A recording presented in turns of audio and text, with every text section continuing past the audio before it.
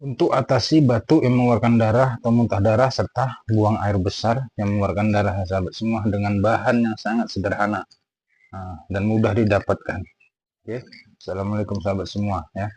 Nah, tapi bahan ini jangan disepelekan khasiatnya ya, bisa dinyatakan, bisa dibuktikan ya sahabat semua. Yang penting tahu tata caranya. Nah, bukan hanya untuk batuk berdarah ataupun buang air besar yang mengeluarkan darah ya, banyak sekali juga khasiat lainnya. Contohnya ya, bisa menstimulasi sel-sel tubuh kita, menghangatkan tubuh, menjaga daya tahan tubuh, pokoknya banyaklah manfaatnya ya, asalkan tahu cara pemakaiannya. Nah, oke ya, langsung saja.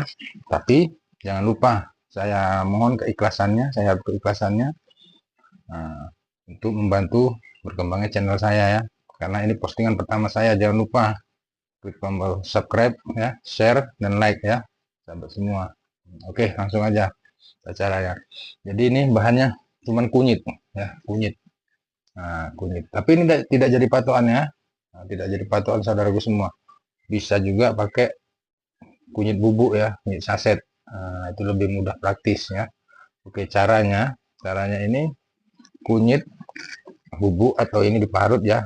Kalau kunyit bubuk 1 sendok kunyit bubuk, kalau untuk pencegahan 1 sendok kunyit ya, dimasukkan dalam gelas cangkir ya, diseduh dengan air panas ya, biarkan hangat-hangat kuku ya, biarkan hangat-hangat kuku dingin. Nah, baru masukkan madu asli 1 sendok. Ingat, madu asli ya, tapi kalau tidak ada ya madu yang dijual seperti di pasaran ya, madu TJ juga tidak masalah, tidak apa-apa kalau nggak ada ya.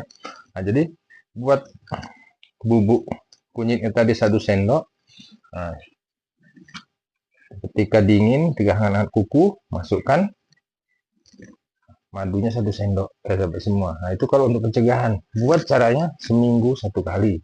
Nah, kalau untuk pengobatannya, nah, caranya kunyit bubuk tadi ya, sekitar 2 sendok atau 1,5 sendok dimasukkan di gelas, di wadah, disiram air panas seperti tadi, biarkan hangat kuku, tambah madu 1 sendok, diaduk, baru dikonsumsi.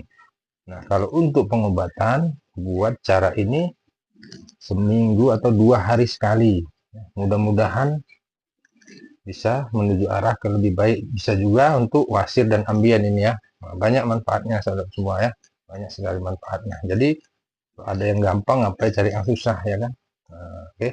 Jadi sahabat semua, itu saja kiranya yang bisa saya bagikan, kongsikan. Mudah-mudahan pada sehat semua ya, murah rezekinya. Salam dari saya, salam indahnya, saling berbagi. Assalamualaikum.